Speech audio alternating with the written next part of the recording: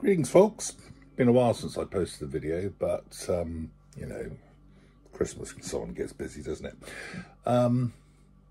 Last year, 2022 was quite busy for me hobby-wise, but mostly from a gaming point of view, far more so than previous years have been, not just because of lockdown and pandemics and COVID and things, but also simply because I found myself at a gaming club where not just my Games Workshop related interests were catered for, but lots of historical stuff too, which is good.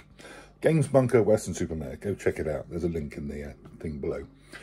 But I'm not going to do a yearly review now. I will be doing a sort of a channel update stroke review, what I've been up to video shortly.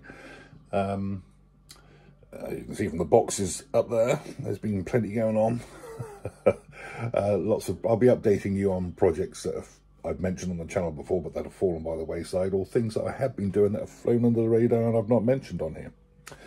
But anyway, more of that in a video coming soon. For now, however, I want to talk about Necromunda. So, Necromunda, a game I've been vaguely interested in. I'll describe it as that, vaguely interested, for quite some time. I recall admiring the models when it came out in the 90s, and you know, even considered buying some, but never got round to doing it. And I watched a couple of games being played, but that was about as far as it got. And then one day in 2007, my good friend Matt Parfitt brought over a first edition box set, assembled it on my kitchen table, and we had a game. I vaguely recall enjoying it, but I was also incredibly hungover at the time, and probably not the best or most receptive pupil to be taught how to play a game.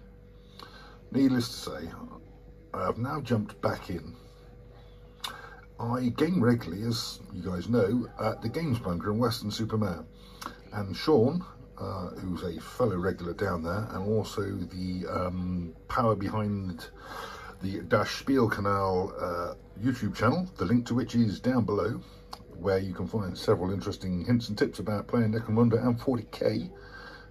He gave me, or ran me through a little intro game just before Christmas, and with view for me to joining in with the campaign we've got going on in store.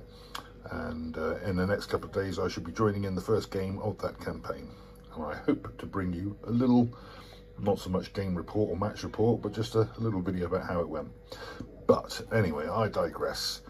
Here you see the models I painted for my first gang. We've got a particular set of regulations as to what's allowed in our first gangs for this campaign, and these guys roughly fall within that. I've chosen the Orlock faction. They're a bit vanilla, but at least I've got a reasonable chance of doing something at least in a mediocre fashion, as opposed to one or two things really well and everything else pretty rubbish. But no matter. I've chosen the Orlock faction because I simply like the models. I've pretty much built them as they come out of the box, with the exception of, as he comes around now, the chap toting the flamer, where I kit bashed the flamer using components from a Astra Militarum Tempesta Science sprue, and ditto the leader, where I've used an Astra Militarum Tempesta Science beret head and a couple of extra knives and bolters from my bits box. Other than that, they're as they came in the box set.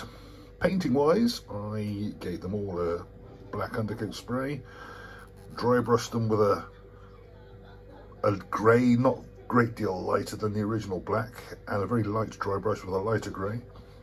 Washed that with a black wash, and then I used Vallejo Prussian blue for the blue elements, Cadian flesh tone for the flesh, and after undercoating the relevant areas with wraithbone, a few bits and bobs of contrast for things like hair and so on. Oh, I used Vallejo flat brown for the belts and pouches, lead belcher for the metal areas, and for the boots I did a sort of almost like a slap chop. I can't explain it here in the constraints of this video, but a slap chop style approach on the boots, using wraithbone dry brush over the black undercoat, followed by a contrast splodging on of the contrast colour wildwood. But go Google slap chop, you'll see what it's all about. But there we have it, a pleasant little bunch of figures. I'll follow this up with another video about how I'm getting on with Necromunda relatively soon. Watch this space.